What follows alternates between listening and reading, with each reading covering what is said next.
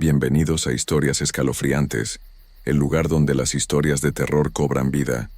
Prepárense para sumergirse en relatos escalofriantes que les pondrán los pelos de punta. Si les gusta el miedo, no olviden darle like al video, suscribirse al canal y activar la campanita para no perderse ninguna historia. Hay cosas en este mundo que no podemos explicar, cosas que nos hacen cuestionar todo lo que creemos saber sobre la realidad. Durante años he intentado olvidar lo que viví aquella noche, pero la imagen sigue ahí, grabada en mi memoria como una cicatriz que nunca sana. Me dijeron que fueron los medicamentos, que mi mente me jugó una mala pasada después del parto. Pero yo sé lo que vi. Yo sé lo que pasó. Y por más que intente convencerme de lo contrario, la verdad es que hay cosas oscuras en este mundo. Cosas que acechan en la oscuridad esperando el momento perfecto para arrebatarnos lo que más amamos. Me llamo Jimena. Soy de un pueblo pequeño en la sierra, de esos lugares donde todos se conocen y las noticias vuelan de casa en casa. Nunca pensé que mi vida cambiaría de la forma en que lo hizo. Nunca imaginé que la felicidad más grande de mi existencia se convertiría en la pesadilla más horrible que alguien pueda vivir. Todo comenzó hace 3 años, cuando estaba esperando a mi primer hijo. El embarazo fue difícil, con muchas complicaciones, pero finalmente llegó el día del parto. La clínica del pueblo era pequeña. Apenas tenía 4 habitaciones y un par de enfermeras de turno. No era el hospital más moderno, pero era lo único que teníamos. Mis padres nacieron ahí, mis hermanos también, así que no me pareció extraño que mi bebé llegara al mundo en ese mismo lugar. La tarde del parto fue larga y dolorosa. Recuerdo los gritos, el sudor, las manos de la doctora sosteniéndome mientras yo pujaba con todas mis fuerzas.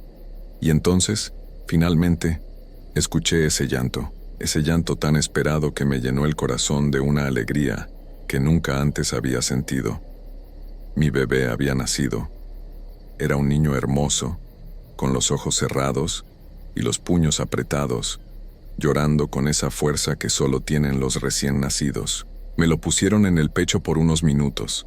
Sentí su calor, su respiración contra mi piel.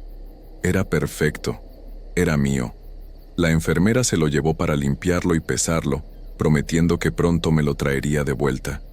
Yo estaba exhausta. Apenas podía mantener los ojos abiertos, pero no quería dormir. Quería quedarme despierta para cuando me trajeran a mi hijo otra vez. Me pasaron a una de las habitaciones. Era un cuarto pequeño, con paredes blancas y una ventana que daba al patio trasero de la clínica. Había una sola cama, una mesita de noche y una silla vieja en la esquina. La luz del techo parpadeaba de vez en cuando, como si estuviera a punto de apagarse. Todo olía a desinfectante y a ese olor particular que tienen los hospitales, ese olor que te hace sentir incómodo aunque no sepas por qué. La enfermera de turno esa noche se llamaba Rosa. Era una mujer mayor, de unos 50 años, con el cabello gris recogido en un moño apretado. Tenía una mirada cansada, como si hubiera visto demasiadas cosas en su vida. Me dijo que descansara, que había sido un parto complicado y necesitaba recuperar fuerzas. Me trajo a mi bebé envuelto en una mantita azul y lo dejó en la cunita al lado de mi cama. Lo miré dormir durante horas. No podía apartar los ojos de él. Era tan pequeño, tan frágil, me daba miedo que dejara de respirar si no lo vigilaba. Cada vez que hacía un ruidito o se movía, yo me inclinaba sobre la cunita para asegurarme de que estuviera bien. La noche cayó rápido. Afuera ya no se veía nada, solo la oscuridad del campo que rodeaba la clínica. Las luces del pueblo estaban lejos, apenas se distinguían como puntitos amarillos en la distancia. El silencio era pesado, interrumpido solo por los sonidos nocturnos del edificio viejo. Crujidos en las paredes, el viento golpeando contra las ventanas, el zumbido constante de las lámparas fluorescentes del pasillo. Debían ser cerca de las 10 de la noche, cuando escuché las risas por primera vez. Al principio pensé que eran voces de las enfermeras afuera, quizás platicando durante su descanso. Pero había algo extraño en esas risas. Eran agudas, casi infantiles, pero tenían un tono que me puso la piel de gallina. No sonaban alegres, sonaban burlonas, malvadas, como si alguien estuviera disfrutando de un chiste cruel que solo ellos entendían. Las risas se acercaban y se alejaban, como si alguien estuviera caminando en círculos alrededor de la clínica.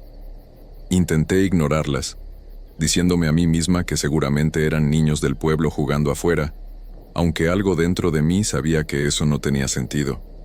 ¿Qué niños estarían jugando tan tarde en la noche cerca de una clínica? Las risas continuaron durante casi media hora. Cada vez se volvían más intensas, más perturbadoras. Miré hacia la ventana, pero no podía ver nada.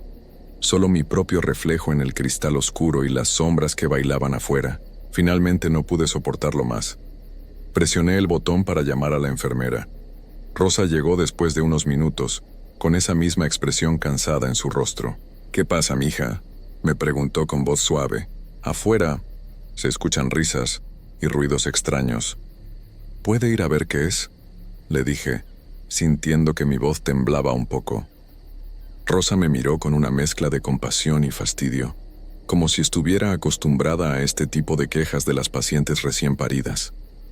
Caminó hacia la ventana y miró hacia afuera, protegiéndose los ojos con la mano para ver mejor en la oscuridad. «No hay nada, Jimena. Solo son los árboles moviéndose con el viento», dijo después de un momento. «Pero las risas», insistí. «Seguramente es tu imaginación. Los medicamentos que te dimos pueden causar eso. Es normal después de un parto. Intenta descansar, ¿sí? Tu bebé te necesita fuerte», me dijo, dándome unas palmaditas en el hombro antes de salir de la habitación. Me quedé ahí, mirando la puerta cerrada. Quizás tenía razón, quizás eran los medicamentos, pero las risas habían sonado tan reales, tan cercanas. Me giré para ver a mi bebé. Seguía durmiendo tranquilo, ajeno a todo. Eso me calmó un poco. Intenté dormir, pero no podía. Cada ruido me sobresaltaba. El edificio crujía constantemente como si estuviera vivo. Escuchaba pasos en el pasillo, puertas que se abrían y cerraban, voces lejanas que no podía distinguir. Me dije a mí misma que era normal, que era una clínica y había otras personas ahí, otras enfermeras trabajando, quizás otros pacientes. Miré el reloj en la pared. Las 11:30. Luego las 12. Las 12:30. El tiempo pasaba lento. Cada minuto se sentía como una hora. Mi bebé se despertó una vez para comer, y después de alimentarlo volvió a quedarse dormido. Yo me recosté también, sintiendo el agotamiento en cada músculo de mi cuerpo. No sé a qué hora me quedé dormida, pero cuando desperté el reloj marcaba las 3 de la mañana, y ella estaba ahí, justo enfrente de mi cama mirándome. Era una mujer, o al menos tenía la forma de una mujer, pero había algo terriblemente equivocado en ella. Estaba muy delgada, tanto que podía ver los huesos marcándose bajo su piel gris. Su cabello era largo y negro, colgando en mechones grasosos alrededor de su cara, pero lo peor eran sus ojos. Eran completamente negros, sin nada de blanco, como dos pozos vacíos que absorbían toda la luz de la habitación. Llevaba puesta algo que parecía un vestido viejo, rasgado y sucio, que arrastraba por el suelo. Sus manos eran huesudas, con uñas largas y amarillentas que parecían garras. Y su boca estaba abierta en una sonrisa horrible, mostrando dientes podridos y encías sangrantes. No podía moverme. No podía gritar. Era como si mi cuerpo estuviera paralizado del terror. La mujer no se movía. Solo me miraba con esos ojos horribles, con esa sonrisa que parecía atravesarme el alma. No sé cuánto tiempo pasó. Segundos que se sintieron como horas. Finalmente logré sacar un grito desde lo más profundo de mi garganta. Un grito agudo y desesperado que hizo eco en toda la habitación. La puerta se abrió de golpe y Rosa entró corriendo, encendiendo la luz del techo. La mujer había desaparecido. «¿Qué pasó? ¿Qué pasó?», gritaba Rosa acercándose a mi cama. Yo estaba temblando, señalando el lugar donde la mujer había estado parada hace apenas segundos. Había una mujer aquí, justo ahí. Estaba mirándome», dije entre sollozos.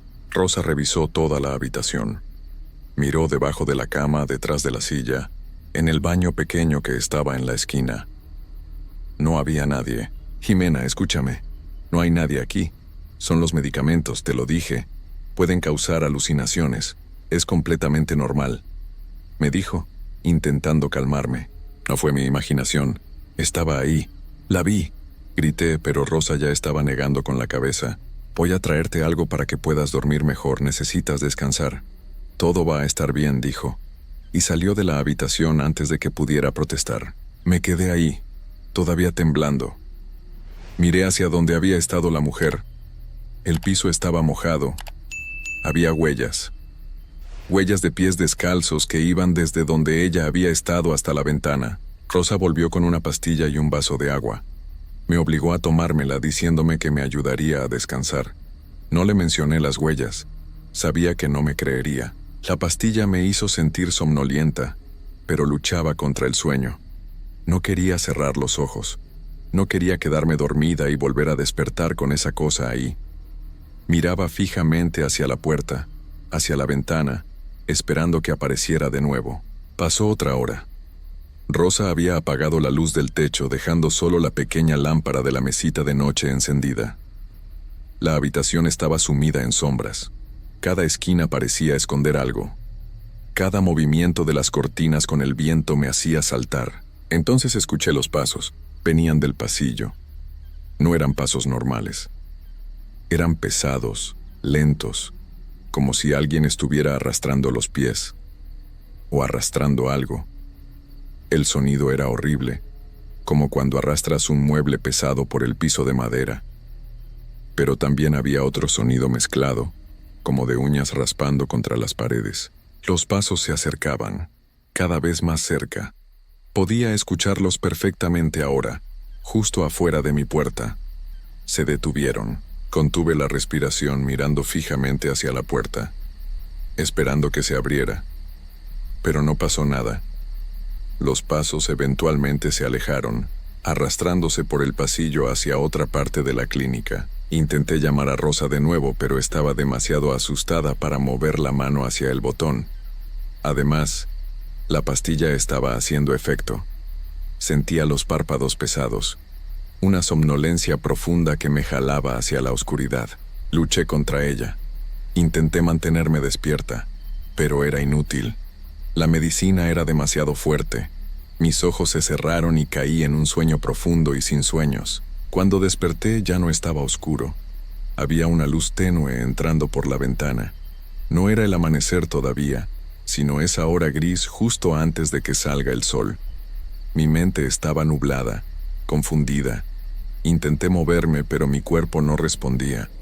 Era como si estuviera bajo el agua, todo era lento y pesado. Y entonces la vi otra vez. Estaba de pie junto a la cunita. Sus manos huesudas estaban extendidas sobre mi bebé, esas garras amarillentas apenas a centímetros de él. Estaba murmurando algo en un idioma que no reconocía, palabras ásperas y antiguas que hacían que el aire de la habitación se sintiera más frío. Intenté gritar, pero mi garganta no emitió sonido. Intenté moverme, pero mi cuerpo estaba paralizado. Solo podía mover los ojos, viendo con horror cómo esa cosa se inclinaba sobre mi bebé. La mujer giró su cabeza hacia mí, en un movimiento antinatural sin mover su cuerpo. Esos ojos negros me miraron directamente, y su sonrisa se hizo más grande. Podía ver su lengua, larga y oscura, moviéndose entre sus dientes podridos. Luego volvió su atención hacia mi bebé. Metió sus manos en la cunita y lo levantó. Mi hijo empezó a llorar, ese llanto agudo de los recién nacidos, pero la mujer no parecía importarle. Lo sostuvo contra su pecho, envolviéndolo en su vestido sucio. Yo luchaba con todas mis fuerzas para moverme, para gritar, para hacer cualquier cosa. Lágrimas corrían por mis mejillas, pero mi cuerpo no respondía. Era como estar atrapada en mi propia piel, como estar enterrada viva dentro de mí misma. La mujer caminó hacia la ventana. Nunca escuché el sonido del cristal rompiéndose, pero de alguna forma la ventana se abrió sola, de par en par. El viento frío de la noche entró en la habitación, apagando la pequeña lámpara y dejando todo en penumbras. La mujer se subió al marco de la ventana con una agilidad imposible para alguien tan viejo y deteriorado. Se giró una última vez hacia mí, sosteniendo a mi bebé que ya no lloraba. Ya no hacía ningún sonido, y entonces saltó. En ese momento algo se rompió dentro de mí. Fue como si la parálisis se quebrara de golpe. Pude moverme otra vez. Pude gritar. Y grité con una fuerza que no sabía que tenía.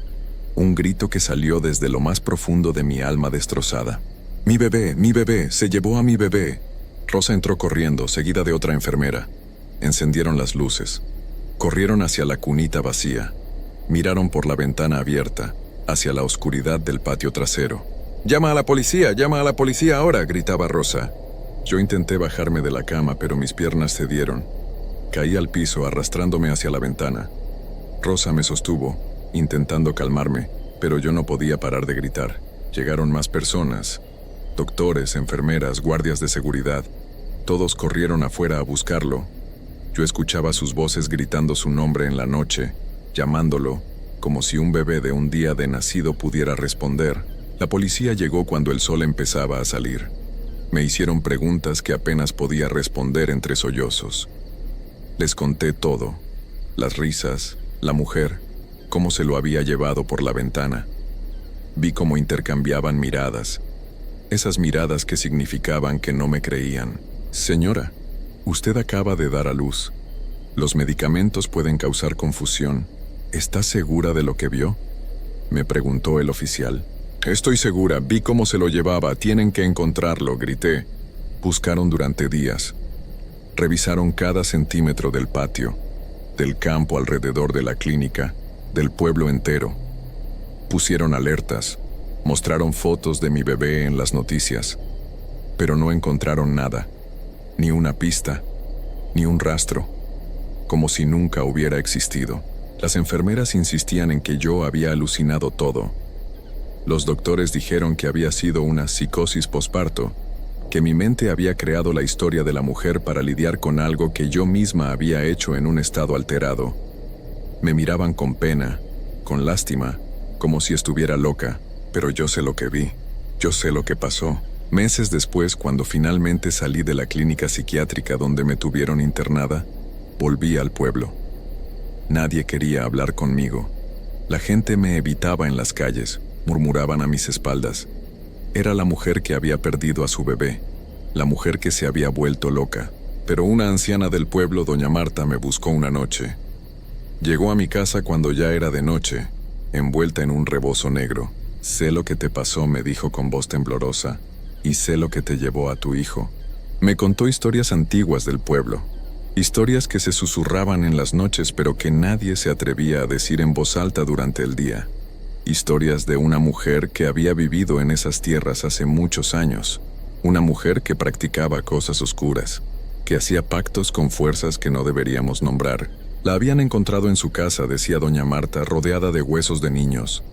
La gente del pueblo la había perseguido, intentando hacer justicia, pero ella había huido a la noche y nunca la volvieron a ver, aunque a veces, en las noches sin luna, la gente decía escuchar sus risas. Y a veces, los bebés desaparecían. La clínica fue construida sobre su antigua casa, me dijo doña Marta. Algunas cosas no descansan, algunas cosas esperan. Desde entonces han pasado 3 años. 3 años buscando respuestas que sé que nunca encontraré. 3 años despertándome en la noche, esperando escuchar el llanto de mi bebé. 3 años viviendo con este vacío en el pecho que nada puede llenar. A veces, cuando paso cerca de la clínica, creo escuchar risas. Esas mismas risas agudas y malvadas que escuché aquella noche. Y me pregunto si hay otros. Me pregunto cuántos más ha tomado a lo largo de los años. Nadie me cree. Los reportes policiales dicen que no hubo ningún rapto, que fue un episodio psicótico. Mi familia me mira con tristeza, pensando que nunca voy a superar la locura. Pero yo sé la verdad. Hay cosas en este mundo que no podemos explicar. Cosas oscuras que acechan en las sombras esperando el momento perfecto. Y yo sé que ella sigue ahí afuera, con mi hijo, con todos los hijos que ha tomado. A veces pienso en volver a la clínica, en quedarme ahí durante la noche esperando. Quizás si la veo otra vez, si la enfrento, podré recuperar a mi bebé. Pero sé que es inútil. Sé que lo que sea que se lo llevó no es de este mundo, y lo que no es de este mundo no sigue las mismas reglas. Así que vivo con este dolor, con este vacío, con el conocimiento de que mi hijo está en algún lugar oscuro donde yo nunca podré llegar, y cada noche, cuando cierro los ojos la veo a ella, de pie junto a mi cama, mirándome con esos ojos negros sin fondo, sonriendo con esa boca llena de dientes podridos, esperando, siempre esperando. Hay cosas en este mundo que no se pueden explicar con la razón.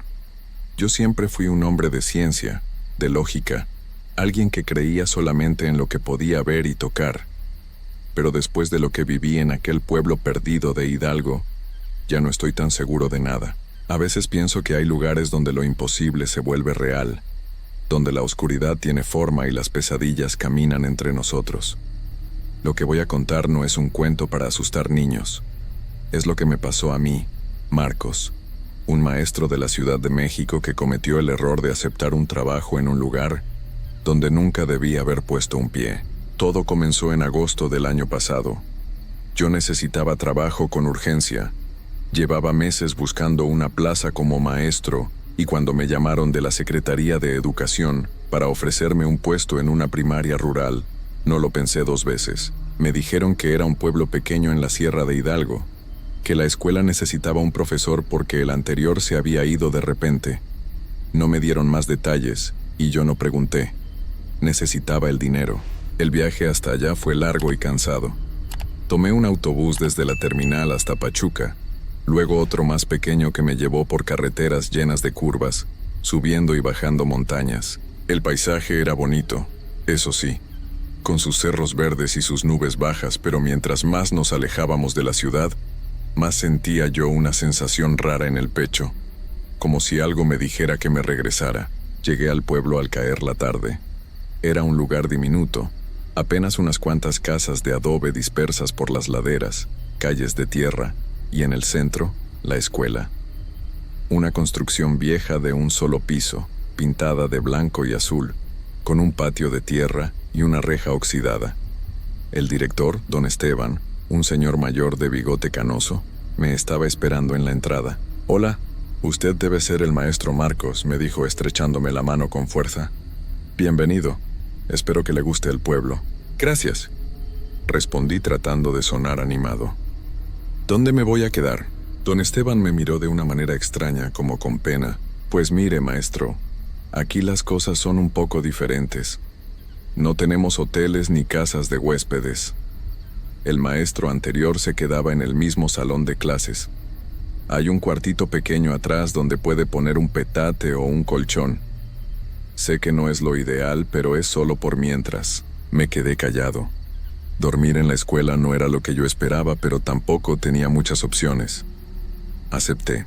Don Esteban me mostró el salón que iba a ser mi aula y también mi dormitorio. Era un cuarto amplio con ventanas grandes, pupitres viejos de madera, un pizarrón verde y al fondo, una puerta que daba a un cuartito donde había un catre oxidado y una cobija deshilachada. Olía a humedad y a encierro. «Aquí tiene, maestro. Mañana empieza con los niños a las 8. Si necesita algo, mi casa está a 2 cuadras, la de las paredes amarillas». Se fue rápido, sin darme tiempo de hacer preguntas. Me quedé solo en aquel lugar silencioso, con el sonido del viento colándose por las rendijas de las ventanas. Esa primera noche traté de acomodarme lo mejor que pude. Saqué mi ropa de la maleta, puse algunas cosas en el cuartito y me acosté temprano. Estaba cansado del viaje y pensé que dormiría de inmediato, pero no fue así. Como a eso de las 11 de la noche, cuando ya todo estaba completamente oscuro y en silencio, escuché algo, un rasguño suave en la ventana. Al principio pensé que era una rama de árbol, pero el rasguño se hizo más fuerte, más insistente, como uñas largas arañando el vidrio. Me levanté del catre con el corazón latiéndome rápido. Me acerqué a la ventana y miré hacia afuera, pero no vi nada, solo la oscuridad de la noche y las siluetas de los árboles moviéndose con el viento. El rasguño se detuvo. Regresé a la cama pensando que había sido mi imaginación, que estaba nervioso por estar en un lugar nuevo. Cerré los ojos y traté de dormir, pero entonces escuché pasos. pasos lentos, arrastrándose alrededor del salón. Alguien caminaba del otro lado de la pared, dando vueltas alrededor del edificio. Me quedé paralizado. ¿Quién podía estar afuera a esas horas? ¿Un ladrón? ¿Un animal? Los pasos seguían, lentos y pesados, como si quien fuera estuviera cansado o enfermo. Caminaba y caminaba sin detenerse. Entonces escuché la voz. Una voz de mujer vieja y rasposa que susurraba algo que no pude entender. Era como un canto, pero distorsionado, como si saliera de una garganta dañada. Se me pusieron los pelos de punta. ¿Quién anda ahí?, grité tratando de sonar valiente, pero mi voz salió temblorosa. El silencio fue la única respuesta. Los pasos se detuvieron. La voz se cayó. Todo quedó en completo silencio otra vez. No dormí el resto de esa noche. Me quedé sentado en el catre, con la espalda contra la pared, mirando la puerta del cuartito y esperando a que amaneciera. Cuando por fin salió el sol, me sentí aliviado. Pensé que todo había sido producto de mi cansancio y mis nervios, pero estaba muy equivocado. A la mañana siguiente conocí a los niños. Eran apenas 12 de diferentes edades, todos callados y serios. Me miraban con curiosidad, pero no hablaban mucho. Les di la clase lo mejor que pude, aunque estaba agotado por no haber dormido. Durante el recreo me acerqué a Pun Lupita. «Oye, Lupita, ¿tú sabes por qué se fue el maestro anterior?», le pregunté tratando de sonar casual. Ella me miró con sus ojos grandes y oscuros. Se asustó, maestro. ¿De qué? De la bruja. Sentí un escalofrío recorrerme la espalda. ¿Qué bruja? Lupita bajó la voz y miró alrededor como asegurándose de que nadie más escuchara. La que vive en el cerro. Dice mi abuela que era una mujer del pueblo que hizo cosas malas hace muchos años. Desde entonces, sale por las noches a buscar gente, sobre todo a los que duermen solos. Mi mamá dice que el maestro de antes la vio, y por eso se fue corriendo sin avisar. No le creí, o mejor dicho, no quise creerle. Le dije que esas eran solo historias para asustar, y le pedí que regresara a jugar con sus compañeros. Pero sus palabras se me quedaron grabadas en la mente. Esa segunda noche traté de prepararme mejor. Dejé una lámpara encendida en el cuartito y puse una silla contra la puerta, aunque sabía que eso no serviría de mucho. Me acosté, pero no podía dejar de pensar en lo que me había dicho Lupita. Como a la medianoche, los rasguños volvieron. Esta vez más fuertes, más desesperados. Las uñas arañando el vidrio de la ventana con tanta fuerza que pensé que lo iban a romper. Me quedé inmóvil en el catre, con la cobija hasta el cuello, mirando hacia la ventana, y entonces la vi, una sombra del otro lado del vidrio. La silueta de una mujer alta y delgada, encorvada, con el cabello largo y despeinado cayéndole sobre los hombros. No podía verle la cara porque estaba en contra de la oscuridad, pero podía sentir que me miraba, que sabía que yo estaba ahí dentro. El corazón me latía tan fuerte que pensé que me iba a explotar el pecho. La figura siguió ahí, inmóvil, durante lo que me pareció una eternidad. Luego, lentamente, comenzó a moverse hacia un lado, deslizándose por la pared del salón. Los pasos volvieron, esos pasos lentos y arrastrados que había escuchado la noche anterior. Caminaba alrededor del edificio, rodeándolo una y otra vez, y con cada vuelta que daba, el sonido se hacía más cercano, como si se estuviera acercando a la puerta del cuartito donde yo estaba. Entonces escuché que probaba la puerta del salón. La manija se movió hacia abajo despacio, y la puerta se sacudió como si alguien empujara del otro lado. Gracias a Dios estaba cerrada con llave, pero eso no la detuvo. Siguió empujando, golpeando suavemente y luego comenzó a rasguñar la madera con esas uñas largas. Yo estaba temblando, tapándome la boca con las manos para no gritar.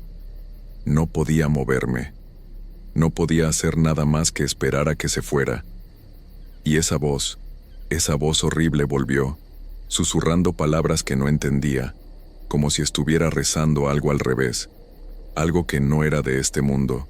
«Déjame entrar», susurró de repente con claridad. «Déjame entrar, Marcos». Se me heló la sangre.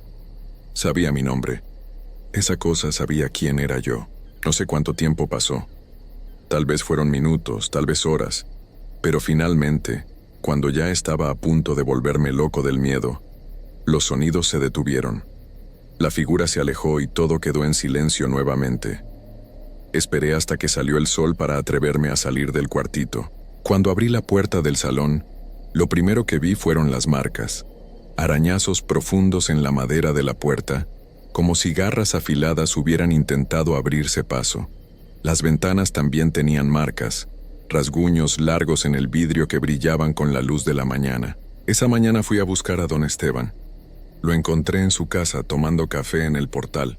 «Don Esteban, necesito hablar con usted», le dije sin rodeos. «Algo está pasando en la escuela por las noches. Hay alguien o algo que viene y trata de entrar». El director bajó la mirada a su taza de café y suspiró hondo. «Ya lo sabía, maestro. Por eso el anterior se fue. Y los dos que estuvieron antes que él también. Nadie aguanta más de unas semanas aquí. ¿Pero qué es? ¿Quién es esa mujer?» Don Esteban se quedó callado un momento largo. Luego me hizo señas para que me sentara. «Hace como 30 años», me contó con voz cansada, «vivía aquí una mujer llamada Petra. Era curandera, partera. La gente venía de pueblos lejanos a pedirle ayuda. Pero se decía que también hacía otras cosas. Cosas oscuras. Maleficios. Amarres. Cosas peores. Un día desapareció una niña del pueblo y todos empezaron a sospechar de ella. Fueron a su casa en el cerro y la encontraron haciendo un ritual extraño. La gente se asustó, se enojó. La corrieron del pueblo a pedradas y maldiciones. ¿Y qué pasó con ella? Nadie sabe bien. Se fue a vivir más arriba en el cerro, en una cueva. Algunas personas dicen que se la tragó la montaña, otras que sigue viva allá arriba. Pero desde entonces, por las noches, se aparece, sobre todo aquí en la escuela, porque antes este terreno era parte de su propiedad. Busca venganza. Busca llevarse a alguien. Eso es imposible, don Esteban. Tiene que haber una explicación. El director me miró con tristeza. Yo también pensaba así, maestro. Pero llevo 30 años viviendo aquí y he visto cosas que no puedo explicar. Mi consejo es que se vaya. Este no es lugar para usted. Pero yo no podía irme así nomás. Necesitaba el trabajo, necesitaba el dinero. Decidí aguantar un poco más. Tal vez podía acostumbrarme. Tal vez las cosas mejorarían. Qué equivocado estaba. La tercera noche fue peor. Mucho peor. Me preparé lo mejor que pude. Cerré todas las ventanas, aseguré bien las puertas, até una cuerda en la manija de la puerta del cuartito. Me acosté con la luz encendida y un cuchillo que había conseguido en la tienda del pueblo debajo de la almohada. No es que pensara que un cuchillo me fuera a servir de algo contra lo que fuera que me visitaba, pero me hacía sentir un poco menos vulnerable. Los rasguños comenzaron más temprano esa noche, como a las 10. Y esta vez no solo eran en las ventanas. Sonaban en las paredes, en el techo, como si algo trepara por todo el edificio, rodeándome por completo. El sonido era enloquecedor, ese rasguño constante que no se detenía. Y luego la vi claramente por primera vez. Se asomó por la ventana del salón, la que estaba más cerca del cuartito donde yo me escondía. Su cara presionada contra el vidrio. Y nunca voy a poder olvidar lo que vi. Era el rostro de una anciana, pero no una anciana normal. Su piel era gris y arrugada como cuero viejo, llena de manchas oscuras. Los ojos eran completamente negros, sin blanco, como dos pozos sin fondo. La boca estaba abierta mostrando unos dientes podridos y amarillentos. Algunos rotos, otros faltantes. El cabello largo y blanco le colgaba en mechones grasientos alrededor de la cara demacrada. Pero lo peor, lo que me hizo gritar de terror, fue su expresión. Me miraba con un odio tan profundo, tan puro, que sentí que me quemaba el alma. Y sonreía. Esa cosa sonreía. «Marcos», susurró con esa voz rasposa que me hacía doler los oídos. «Marcos, déjame entrar. Tengo frío. Tengo hambre». Me eché hacia atrás en el catre, presionándome contra la pared, tratando de alejarme lo más posible de esa ventana. Pero ella no se iba. Seguía ahí, mirándome, con esa sonrisa horrible. Luego empezó a golpear el vidrio. Primero suave, luego más fuerte, cada vez más fuerte. Pensé que iba a romperlo, que iba a entrar. Cerré los ojos y me puse a rezar, aunque hacía años que no rezaba. Recé todo lo que me sabía, todo lo que mi madre me había enseñado de niño. Y de repente, el sonido del vidrio quebrándose llenó el salón. Abrí los ojos y vi que había roto la ventana. Los pedazos de vidrio cayeron al suelo con un ruido que me heló la sangre. Su mano huesuda, con uñas largas y negras, se metió por el hueco y empezó a tantear, buscando la forma de abrir la ventana completamente. No lo pensé más. Salté del catre, agarré mi maleta y salí corriendo del cuartito. Atravesé el salón esquivando los pupitres, mientras escuchaba cómo ella forcejeaba para meterse por la ventana rota. Sus gruñidos y jadeos llenaban el aire. Llegué a la puerta principal, quité el seguro con manos temblorosas y salí a la noche. Corrí por las calles oscuras del pueblo sin mirar atrás, sin importarme hacia dónde iba, solo alejándome de esa escuela maldita. Corrí hasta la casa de don Esteban y golpeé su puerta como loco. Cuando abrió, me vio despeinado, sudando, con los ojos desorbitados. «Me voy», le dije jadeando. «Me voy ahora mismo de este pueblo. No me importa el trabajo, no me importa nada». Él solo asintió, como si ya lo esperara. «Lo entiendo, maestro. Hay una camioneta que pasa a las 5 de la mañana rumbo a Pachuca. Lo llevo a la carretera». Esperé esas horas eternas en la sala de don Esteban, sin poder cerrar los ojos, viendo cada sombra con terror, esperando ver esa cara demacrada aparecer en alguna ventana. Cuando por fin llegó la camioneta, subí sin despedirme de nadie. Mientras nos alejábamos del pueblo, miré por última vez hacia atrás. En lo alto del cerro, entre los árboles, me pareció ver una figura delgada observando, pero tal vez fue mi imaginación. Han pasado 6 meses desde entonces. Nunca volví a ese pueblo. Nunca volví a preguntar por él.